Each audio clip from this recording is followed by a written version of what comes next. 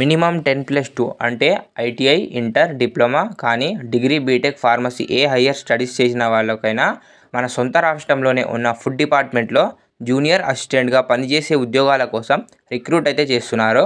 ఈ జాబ్స్కి సెలెక్ట్ అయిన వాళ్ళకి స్టార్టింగ్లోనే అన్ని అలవెన్సెస్ కలిపి నెలకు 47,000కు పైగా జీతం ఇస్తారు. బోత్ ఆంధ్రప్రదేశ్ అండ్ తెలంగాణ వాళ్ళు ఎలిజిబుల్. మేల్ ఫీమేల్ క్యాండిడేట్స్ అందరూ ఎలిజిబుల్ కాబట్టి ఈ ఛాన్స్ అయితే అస్సలు మిస్ చేసుకోకండి. నేను ఇదే వీడియోలో జాబ్స్కి సంబంధించిన ఫుల్ డీటెయిల్స్తో పాటు ఎలా అప్లై చేయాలో కూడా చెప్తాను. మీరు ఈ వీడియో ఎక్కడ కూడా మిస్ చేయకుండా చూడండి. ఎగ్జామ్ డేట్కి సంబంధించి 7th ఏప్రిల్ నుంచి అయితే అప్లికేషన్ ప్రాసెస్ స్టార్ట్ అయిపోయింది. 7th మే అనేది లాస్ట్ డేటు. దీనికి మీకు అడ్మిట్ కార్డ్ అనే ఎగ్జామ్స్ అనేవి జూన్లో ఉంటాయి. జూలైలో అయితే వాళ్ళు రిజల్ట్స్ అయితే రిలీజ్ చేస్తారు, మెరిట్ లిస్ట్ రిలీజ్ చేస్తారు. దీంట్లో మీకు 2 టైప్స్ ఆఫ్ పోస్ట్స్ అయితే ఉన్నాయి. దీని గురించి నేను నెక్స్ట్ ఎక్స్ప్లెయిన్ చేస్తాను.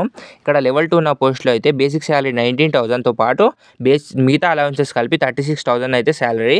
తర్వాత లెవెల్ 4 జాబ్లో 25,500 అనేది బేసిక్ శాలరీ, మిగతా అలవెన్సెస్ కలిపి 47,000 అయితే ఉంది.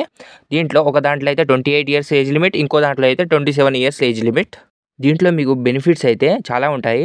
DNS allowance, house rent allowance, transport allowance చాలా అయితే ఉంటాయి. అందుకే అస్సలు మిస్ చేసుకోకుండా ఈ జాబ్కి అయితే 100% ఎలిజిబుల్ ఉన్న క్యాండిడేట్స్ అయితే అప్లై చేయండి. ఏజ్ లిమిట్ విషయానికి వస్తే 18 ఇయర్స్ మినిమం ఏజ్, కానీ ఎస్సీ, ఎస్టీ, ఓబీసీస్కి కొంచెం ఏజ్ రిలాక్సేషన్ అయితే ఉంది. ఎస్సీ, ఎస్టీస్కి అయితే 5 ఇయర్స్ ఏజ్ రిలాక్సేషన్ ఉంది. ఓబీసీ, ఎన్సీఎల్ వాళ్ళకైతే 3 ఇయర్స్ ఉంది. అంటే ఎస్సీ, ఎస్టీస్కి 32 ఇయర్స్, ఓబీసీస్కి 30 ఇయర్స్ వరకు అయితే ఏజ్ రిలాక్సేషన్ అయితే ఉంది. నెక్స్ట్ పోస్ట్స్ విషయానికి వస్తే general secretary అసిస్టెంట్లో general, F&A, S&P అనే 3 డిఫరెంట్ పోస్ట్స్ అయితే ఉన్నాయి. తర్వాత junior stenographer. Next selection process విషయానికి వస్తే ఫస్ట్ మనం జూనియర్ సెక్రటరీ అసిస్టెంట్ పోస్ట్ గురించి అయితే మాట్లాడుకుందాం. దీంట్లో పేపర్ 1 అండ్ పేపర్ 2 అయితే ఉంటుంది. ఈ పేపర్ 1 అనేది క్వాలిఫైయింగ్ నేచర్ అండ్ పేపర్ 2 అనేది పేపర్ 2 దాని మీదే మీ మెరిట్ లిస్ట్ అయితే ఉంటుంది. పేపర్ 1 వారు మినిమం మార్క్స్ క్వాలిఫై అయితేనే మీకు పేపర్ 2 అనేది ఎవాల్యుయేట్ చేయడం అయితే ఉంటుంది. నెక్స్ట్ చూడండి, మీకు పేపర్ 1 అండ్ పేపర్ 2 కలిపి అయితే mode of examination computer based examination అయితే ఉంటుంది. హిందీ అండ్ ఇంగ్లీష్లో అయితే క్వశ్చన్స్ వస్తాయి. తర్వాత ఈ 12th స్టాండర్డ్ నుంచి క్వశ్చన్స్ అయితే ఉంటాయి. తర్వాత 200 క్వశ్చన్స్ అయితే ఉంటుంది. టోటల్ అలొకేటెడ్ టైం అయితే 2 hours 30 minutes. పేపర్ 1కి మనకు 90 minutes టైం అయితే అలాట్ చేశారు. సబ్జెక్ట్ అయితే మెంటల్ ఎబిలిటీ టెస్ట్, 100 క్వశ్చన్స్ అయితే ఉంటాయి. 200 marks total, 2 marks for every correct answer. ఇక్కడ మనకు నెగిటివ్ మార్కింగ్ అనేది అయితే లేదు. మెంటల్ ఎబిలిటీ టెస్ట్లో మనకు టాపిక్స్ అయితే general intelligence, quantitative aptitude, reasoning, problem solving, situational judgement దాని టాపిక్ మీద నుంచి మనకు క్వశ్చన్స్ అయితే వస్తాయి. పేపర్ 2 విషయానికి వస్తే పేపర్ 2కి 1 hour టైం అయితే అలాట్ చేశారు. సబ్జెక్ట్ అయితే జనరల్ అవేర్నెస్, 50 క్వశ్చన్స్ ఉంటాయి. Total marks 150, 3 marks for every correct answer, 1 negative marking అయితే ఉంది. ఇంగ్లీష్ లాంగ్వేజ్లో అయితే 50 questions, 150 marks, 3 marks for every correct answer, 1 negative marking ఉంది. దీంట్లో మీకు స్కిల్ టెస్ట్ కూడా ఉంటుంది, టైపింగ్ టెస్ట్ అనమాట. 10 minutes టైం అయితే అలాట్ చేశారు. ఇంగ్లీష్లో అయితే 35 words per minute, హిందీలో అయితే 30 words per minute. ఇది జస్ట్ క్వాలిఫైయింగ్ నేచర్ మాత్రమే.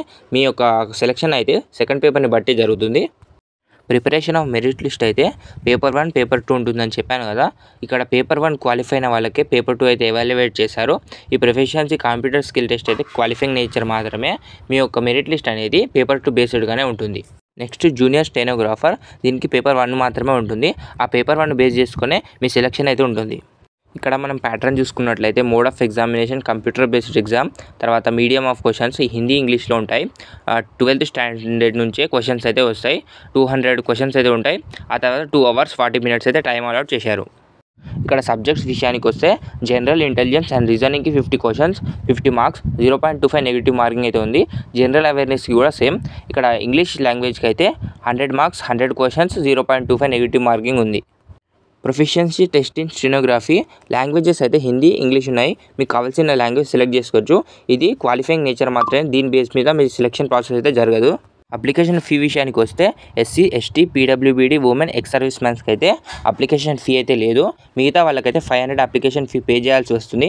అప్లికేషన్ ఫీ లేని వాళ్ళైతే ఖచ్చితంగా అప్లై చేసుకోండి. ఎందుకంటే central government job, permanent job మన ఓన్ స్టేట్లోనే పోస్టింగ్ వేశారు కాబట్టి ఎవ్వరు కూడా ఛాన్స్ మిస్ చేసుకోవద్దు. అప్లికేషన్ లింక్ అయితే డిస్క్రిప్షన్లో ప్రొవైడ్ అయితే చేస్తాను. మీకు ఏమైనా డౌట్స్ ఉంటే కామెంట్ బాక్స్లో అడగవచ్చు. ఈ వీడియోని మీ ఫ్రెండ్స్ అండ్ రిలేటివ్స్కి అయితే షేర్ చేయండి. వాళ్ళు కూడా జాబ్ అప్లై చేయడానికి హెల్ప్ అవుతుంది. ఇలాంటి మరిన్ని ఇన్ఫర్మేటివ్ వీడియోల కోసం ఛానల్ను సబ్స్క్రైబ్ చేసుకోండి.